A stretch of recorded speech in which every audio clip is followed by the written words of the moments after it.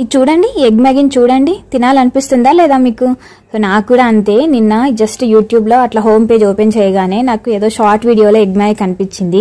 ఇంకా వెంటనే మా హస్బెండ్కి చెప్పేశాను నాకు తినాలనిపిస్తుంది ఎగ్ మ్యాగీ అని. ఇంకా మేమేమనుకున్నామంటే ఎప్పుడు ఎగ్ మ్యాగీ తినాలనుకున్నా గచ్చిబౌలి అంటే డిఎల్ఎఫ్ బిల్డింగ్ వరకు వెళ్తామన్నమాట.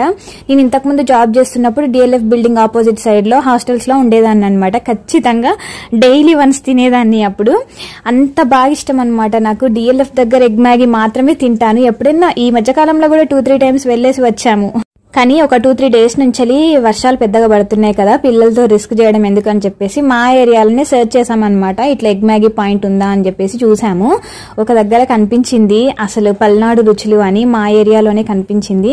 ఫస్ట్ వెళ్ళేటప్పుడు డౌట్ తోటే వెళ్ళాను, ఎట్లా ఉంటుందో ఏం చేస్తారో అని చెప్పేసి అనుకున్నాను. కానీ తిన్న తర్వాత రియల్లీ సాటిస్ఫైడ్.